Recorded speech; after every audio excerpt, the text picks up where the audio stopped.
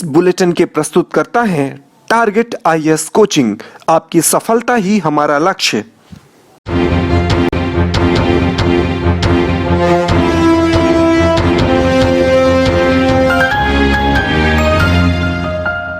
नमस्कार, आप देख रहे हैं रीवा दर्शन। मैं सचेता बघेल आपके साथ। आइए जान लेते हैं क्या है आज की प्रमुख खबरें।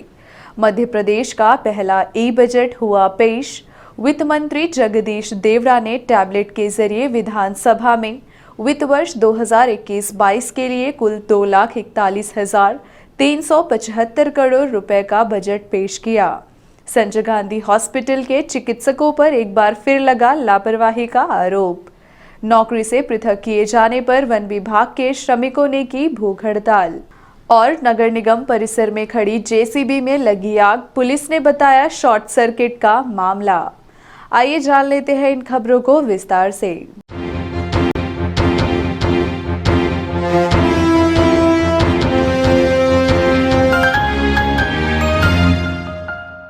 मध्य प्रदेश का पहला ई बजट हुआ पेश। वित्त मंत्री जगदीश देवड़ा ने टैबलेट के जरिए विधानसभा से वित्त वर्ष 2021-22 के लिए कुल 2,41,375 करोड़ रुपए का बजट पेश किया है।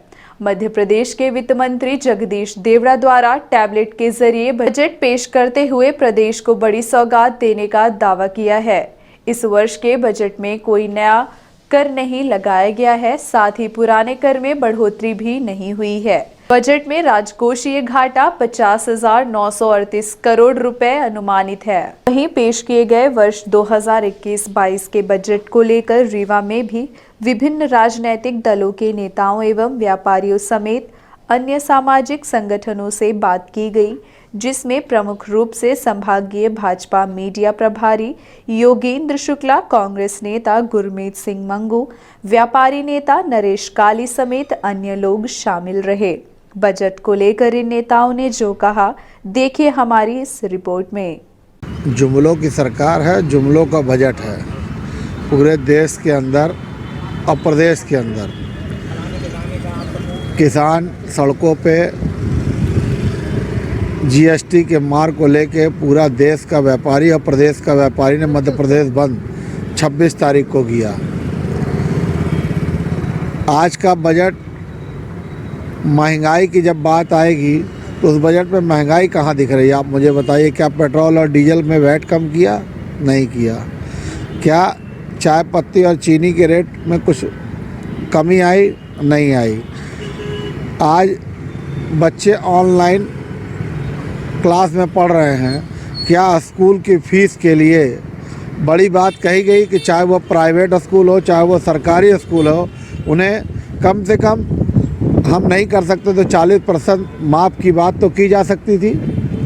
आज मिडिल क्लास जो 10,000 15,000 रुपये की नौकरी करता है, वो जब अपने बच्चों की फ़ीस 500-1000 रुपये कैसे दे पा रहा होगा, या उसका दर्द और उसका दिल जानता होगा। बातें होनी चाहिए। कोई मेडिकल की बात करेगा, कोई कोरोना वैक्सीन को फ्री में देने की बात करेगा। हम इन सभी चीज़ों को स्वागत करते हैं, लेकिन वह स्वागत योग्य बात तभी होगी जब महंगाई कम होगी। 100 के पार पेट्रोल है। आम आदमी आज के तारीख में तेल 40 रुपये का डला रहा है, 20 रुपये का डला रहा है। वो 100 रुपये रोज़ का तेल डलाने की स्थिति पे नहीं है। तो पहले जिनसे वस्तुओं का रेट बढ़ता है वो है ट्रांसपोर्ट। ट्रांसपोर्ट सस्ता होगा तो मुझे ऐसा लगता है कि किराना हो, अन्य सामग्री, उनके रेट सस्ते होंगे। वह तभी संभव है जब डीजल और पेट्रोल का रेट कम होगा। आत्मनिर्भर मध्य प्रदेश का रोड मैप है और आत्मनिर्भर मध्य प्रदेश सिद्ध करने वाला बजट है। इस बजट में सर्वसमावेशी और सर्व कल्याण की भावना निहित है। यह बजट जन जन के अरमानों के साथ मध्य प्रदेश को आत्मनिर्भर मध्य प्रदेश बनाने में मील का पत्थर साबित होगा। इस बजट में रीवा संभागीय मुख्यालय को एक नया मेडिकल कॉलेज मिलना बहुत खुशी की बात है। कृषकों के लिए, उद्योग के लिए, घर घर नल के माध्यम से पानी पहुंचाने का एक भागीरथी प्रयास प्रदेश के मुख्यमंत्री शिवराज सिंह चौहान ने किया है, उसे साकार रूप करना है। 24,420 नए टीचरों की भर्ती होनी है। 9वीं से 12वीं तक के छात्रों के लिए मुफ्त परिवहन सुविधा देकर युवाओं के भविष्य को संवारने का काम इस बजट में हुआ है। यह बजट सही अर्थों में प्रदेश के गरीब जनों की अरमानों को पूरा करने वाला बजट है। इस बजट के माध्यम से मध्य प्रदेश में बेरोजगारी कम होगी, कृषकों को नई तकनीक और कृषि क्षेत्र में नए निवेश आएंगे, उससे कृषि, उद्यानिकी, मत्स्य और फल के क्षेत्र में नए निवेश होंगे और नई उद्योग रोजगार पैदा होगा और यह मध्य प्रदेश के लिए सुनहरा बजट साबित होगा और मील का पत्थर होने के साथ साथ नए भविष्य में नए आत्मनिर्भर मध्य प्रदेश को गढ़ने वाला बजट साबित होगा। व्यापारियों में रोष है बजट को लेकर के, कहा कि जैसा केंद्र का रहा वैसा ही सेम बजट एक तरीके से जारी कर दिया, बल्कि व्यापारियों के लिए कुछ खास नहीं है पड़ेगा। इस बजट में सबके लिए प्रावधान किया गया है। कोई नया कर न लगाना बहुत बड़ी उपलब्धि है। ऐसे समय में जब विश्व की इकोनॉमी बैठ चुकी है, मध्य प्रदेश में कोई नया कर नहीं लगाया गया है। सिर्फ कमलनाथ ने जो पेट्रोल में कर लगाया था, कमलनाथ की सरकार ने, वही कर चल रहा है। बाकी कोई कर मध्य प्रदेश की सरकार ने नहीं लगाया है। बहुत बड़ी उपलब्धि है। और व्यापारी समाज के लिए तो जब कृषि क्षेत्र उठेगी तो अपने आप उद्योग, व्यापार ये सब उठेंगे। और एक बड़ी बात उद्योग के लिए की गई है, 30 दिनों के अंदर समस्त उद्योग लगाने की जो औपचारिकताएं हैं, नोसी हैं, वो प्राप्त कर दी के और 1 महीने के अंदर दे दी जाएंगी। ये बहुत बड़ी बात है। नए उद्योग लगेंगे, कुटीर उद्योग लगेंगे और इससे पूरे क्षेत्र में युवा बेरोजगारी कम होगी और नए अवसर मिलेंगे। स्किल डेवलपमेंट होगा और छात्रों को सुनहरा अवसर मिलेगा। उद्योग के माध्यम से उद्योगपति बनने के लिए एक अवसर मिला है हम सबको।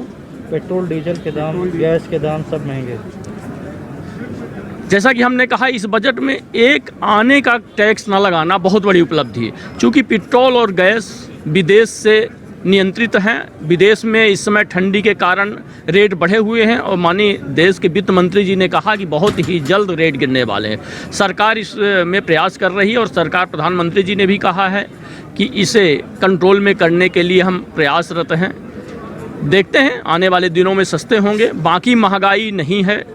अगर पेट्रोल डीजल को, गैस को छोड़ दे तो बाकी किसी चीज़ में महंगाई पर नकेल कस के सरकार ने रखा है। और यह बजट स्वर्णिम मध्य प्रदेश के लिए बहुत ही सुंदर बजट है। देखने को मिली है बजट में व्यापारियों के माध्यम तरह से कुछ नया बजट नहीं है। ऐसा लग रहा था केंद्र का दोहराया हुआ बजट है। जैसे केंद्र ने व्यापारियों को निराश किया, आज राज्य शासन ने भी व्यापारियों को निराश ही किया। न व्यापारियों के लिए कोई योजना चालू की गई। छोटे छोटे व्यापारी जैसे लॉकडाउन के बाद मार्केट बिल्कुल ख़त्म हो गया, बर्बाद, मतलब ज़मीन में आ गया, उनके लिए कोई योजना नहीं चालू की। सबके लिए किया, मजदूर, किसान, सबके लिए हरदम कोई ना कोई चीज़ें लाई जाती हैं, पर व्यापारी के लिए किसी बजट में प्रावधान कोई नहीं है। ऐसा लगता है कि व्यापारी देने के लिए बने हैं, लेने के बिल्कुल नहीं है। व्यापारी को दूध देने वाली गाय समझा गया है। जो आता है निचोड़ के चला जाता है। उसको न चारा देने से मतलब न कुछ से मतलब। व्यापारी को हरदम निचोड़ा ही गया है, चाहे राज शासन हो या केंद्र शासन हो, हरदम व्यापारी को निचोड़ा गया है। छोटे छोटे व्यापारी अब लॉकडाउन की वजह से इतना मर चुके हैं, वो उभर नहीं पाएंगे। महंगाई अलग से, महंगाई, पेट्रोल तो आसमान छू रहा है, गैस सिलेंडर बढ़ गए हैं, तो व्यापारियों को भी गृहिणी है, घर है, उनके भी पीड़ा होती है कि ये चीज़ें महंगाई बढ़ रही है। भाई ग्राहक को तो हम संतुष्ट कर नहीं पा रहे हैं, घर को भी संतुष्ट नहीं कर पा रहे हैं इस बजट की वजह से। निराश है, बजट से बिल्कुल निराश है। संजय गांधी हॉस्पिटल के चिकित्सकों पर एक बार फिर लगा लापरवाही का आरोप। रीवा के संजय गांधी अस्पताल में फिर एक बार लगा डॉक्टरों पर लापरवाही का आरोप। इलाज के दौरान 4 वर्षीय मासूम की हुई मौत।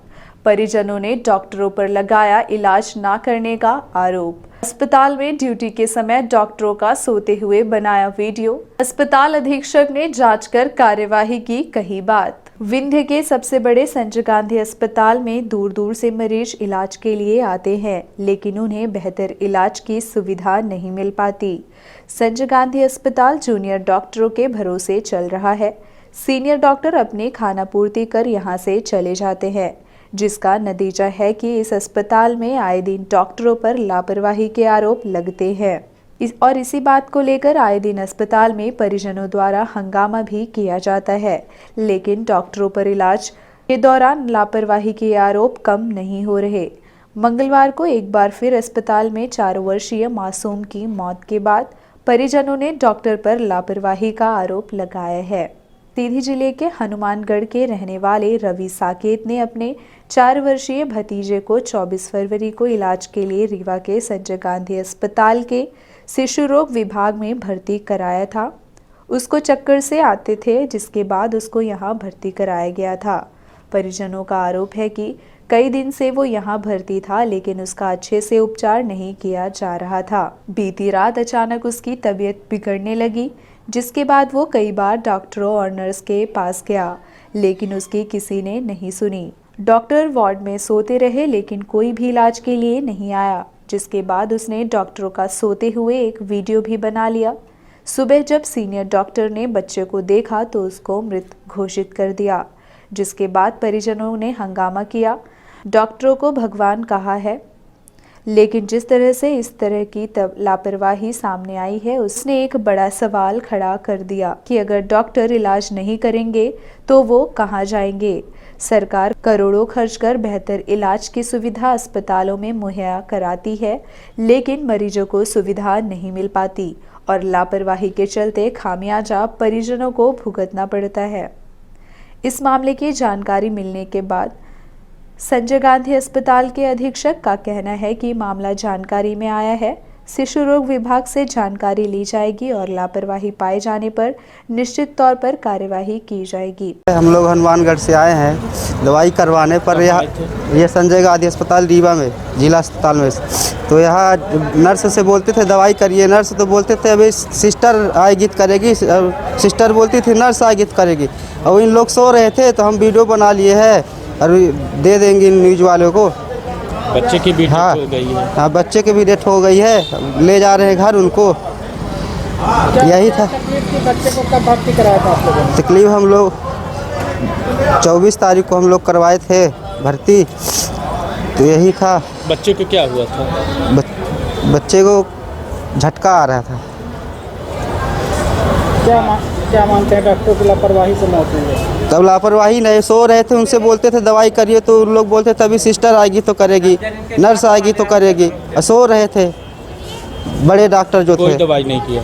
दवाई नहीं किए। फिर सवेरे जब डॉक्टर साहब आए तब सवेरे दवाई हुई। फिर उतनी समय बोल दिए कि ऐसे ऐसे दवाएं, उनको पंपिंग किए और फिर बोल दिए ख़त्म हो गया, ले जाओ। कब हुई है बच्चे की? आज ही हुई है। कितने साल का? 4 साल का है बच्चा। सर अभी एक बच्चे की मौत हुई है सुबह से, उसका आरोप है कि रात में डॉक्टर के पास जाते रहे, बच्चे की तबीयत खराब, लेकिन कोई भी डॉक्टर नहीं आया, सब सोते थे और वो वीडियो भी बनाया सर। नहीं, आपके द्वारा वीडियो दिखाया गया है, ये पीकू वार्ड का है, पीडियाट्रिक इंटेंसिव केयर यूनिट का है, ऐसा वीडियो से समझ में आ रहा है।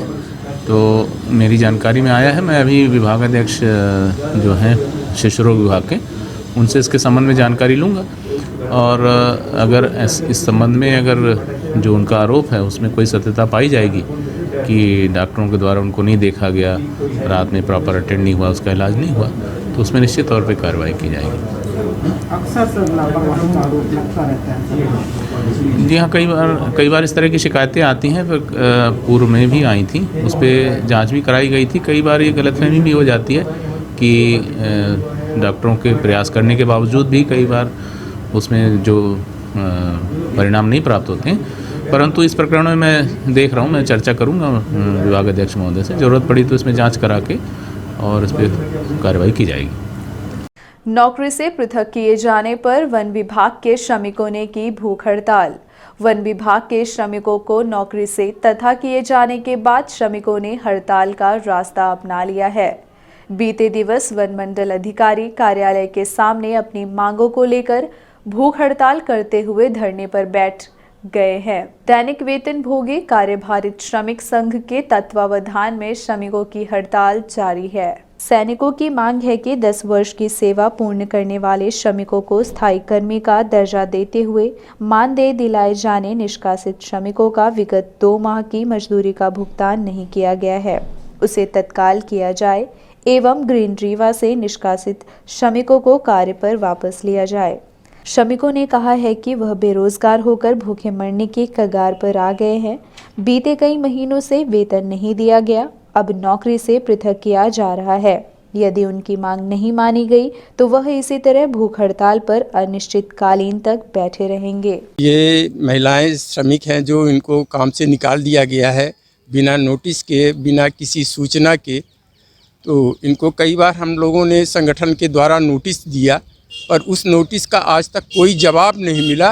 और जवाब के साथ साथ में हम मजबूर हो गए कि जब इनका जवाब ही कुछ नहीं आता है रखने की, इनकी नियत ही नहीं है, तो हम सर प्रदर्शन में बैठ गए। 88 से हैं सर, कुछ कारण नहीं, ना कोई नोटिस ना कोई कारण, जबकि इनका पेमेंट भी पड़ा है 5-6 महीने का। अधिकारी तो बात करने के लिए तैयार ही नहीं होते हैं, वो तो सुन ही नहीं रहे हैं। हम ये चाहते हैं कि निर्णय हो, इनको काम में मिले, इनको पेमेंट मिले।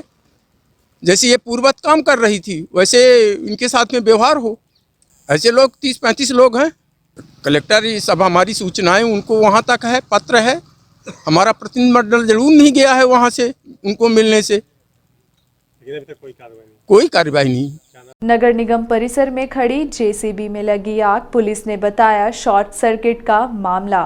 बीते 2 दिन पूर्व नगर निगम परिसर में खड़ी जेसीबी मशीन में लगी आग के मामले में सिविल लाइन थाना प्रभारी ने शॉर्ट सर्किट के कारण घटना होना बताया है। सिविल लाइन थाना प्रभारी ओंकार तिवारी का कहना है कि नगर निगम सहित आसपास लगे सभी सीसीटीवी कैमरे को चेक किया गया, जहां घटना के समय किसी भी व्यक्ति को जेसीबी मशीन के समीप आते नहीं देखा गया। पुलिस का मानना है कि जेसीबी मशीन में शॉर्ट सर्किट के कारण आग लगी होगी। हालांकि इस मामले में अभी भी विवेचना जारी है। आपको बता दें कि घटना की रात नगर निगम प्रशासन के द्वारा दिन में सिरमौर चौराहे के समीप ज्ञानस्थली स्कूल के पीछे एवं सीएमएचओ ऑफिस के बगल में अतिक्रमण हटाया गया था। इसके बाद जेसीबी मशीन नगर निगम परिसर पहुंची थी। नगर निगम में आग लगने की घटना पर से धारा 435 का अपराध पंजीबद्ध किया गया था। नगर निगम के आसपास के सारे वीडियो कैमरे जो सीसीटीवी कैमरे लगे हुए हैं उन सबको चेक किया गया। घटना के समय पर ग्राउंड तरफ से या किसी और से जेसीबी की तरफ कोई भी व्यक्ति आना नहीं पाया गया। इन परिस्थितियों में जो नगर निगम में कैमरा लगा है उससे चेक किया गया तो पाया गया कि स्पार्किंग धीरे धीरे शुरू होती है और जो एक बड़े आग में बदल जाती है। तो मशीनरी फॉल्ट की वजह से ये घटना घटित होना फिलहाल पाई जा रही है। प्रकरण अभी विवेचना में। राज्यसभा सांसद राजमणि पटेल पहुंचे मामसोन परिसर, श्रीमद् भागवत कथा में हुए शामिल। मामसोन मंदिर परिसर बरसैता में चल रही यज्ञ व श्रीमद् भागवत कथा ज्ञान यज्ञ के दूसरे दिन भक्ति रस में डूबे भगवत प्रेमी भक्त। ग्राम पंचायत बरसैता में आयोजित शतचंडी यज्ञ एवं श्रीमद् भागवत कथा के दूसरे दिन पूरा अंचल भक्ति रस से सराबोर रहा, जहां गांव के अलावा जिले भर के दूर दराज से भक्त पहुंच रहे हैं। यज्ञ व कथा के दूसरे दिन बड़ी संख्या में भक्त अमसोन परिसर पहुंचे और अमृतमयी श्रीमद् भागवत कथा का श्रवण कर जीवन को धन्य किया। इस धुंधकारी के व्यवहार और आचरण ठीक न होने की वजह से आत्मदेव बहुत दुखित रहते थे। एक दिन गौकर्ण जी महाराज अपने पिताजी के पास गए और पिताजी को प्रणाम करके ये बात कही है कि पिताजी आप दुखित हैं और आपके दुख का कारण ये धुंधकारी है जिसको आप अपना पुत्र मानते हो।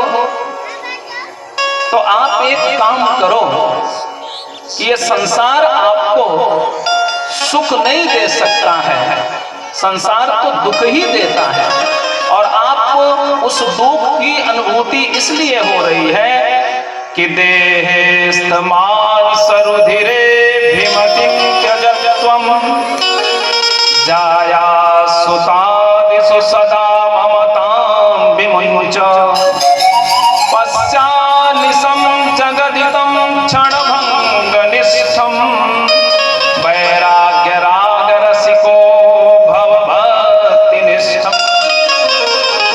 कि आप जो रुधिर मांस और हड्डी के पिंड से बना है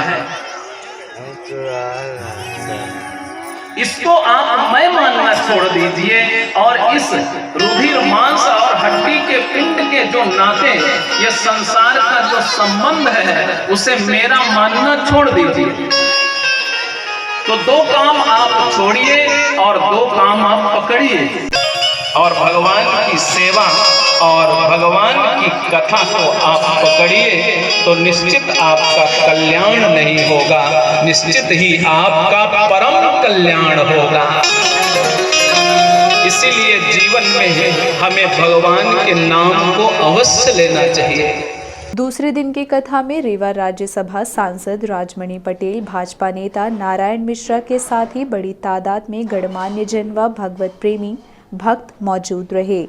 मामसोन परिसर में वाराणसी से आए विद्वान आचार्यों के श्रीमुख से शतचंडी महायज्ञ एवं भव्य अमृतमयी श्रीमद् भागवत कथा का वाचन कथा व्यास श्रद्धेय आचार्य संतोष मिश्रा जी महाराज के मुखारविंद से किया जा रहा है।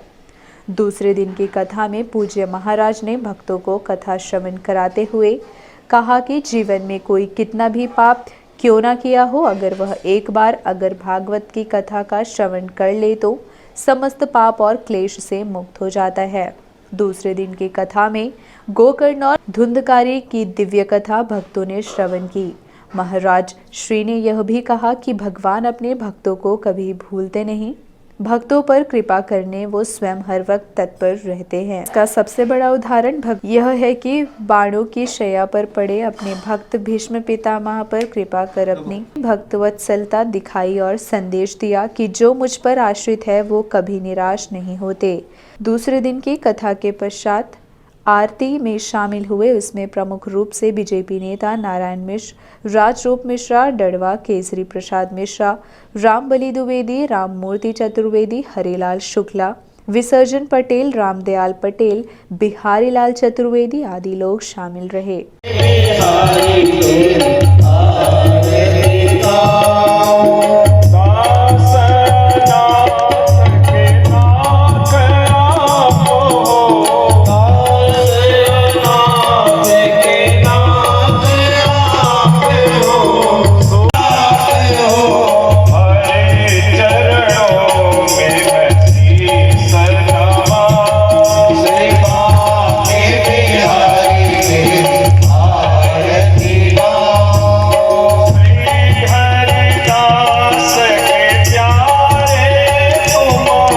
ZRO जबलपुर में सेना भर्ती न किए जाने पर बेरोजगार उतरे सड़क पर।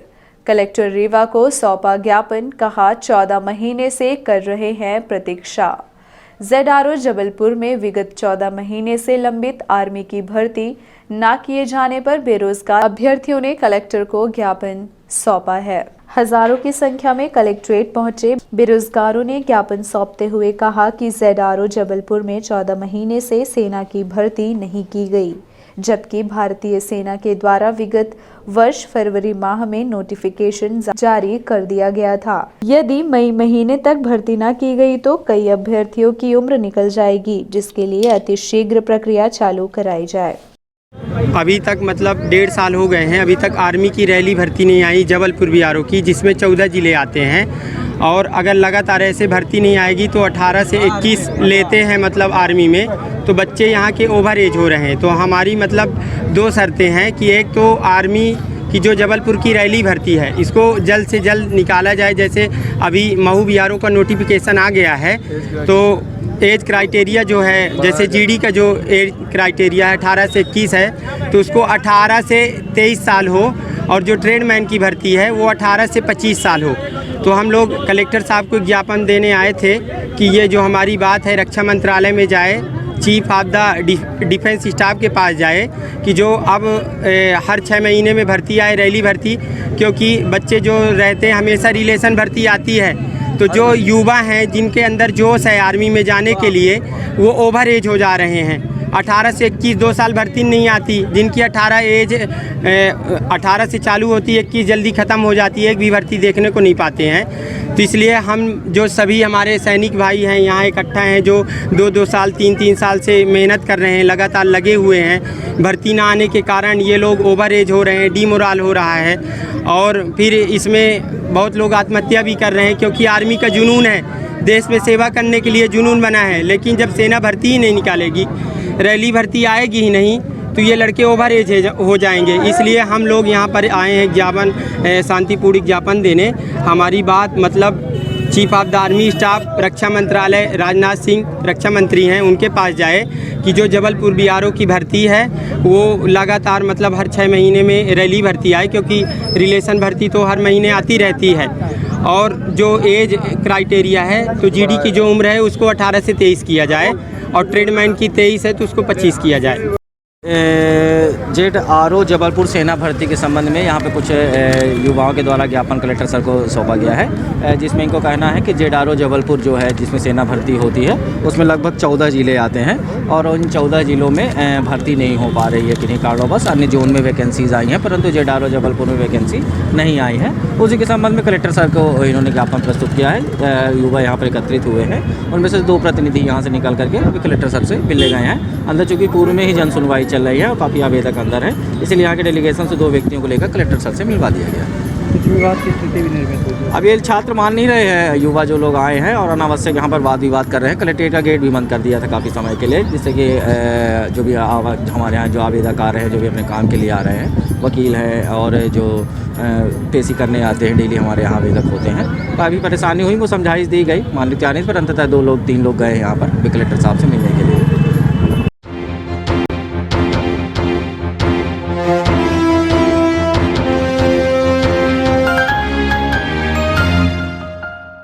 चलने से पहले आइए नजर डालते हैं आज की प्रमुख खबरों पर एक बार फिर।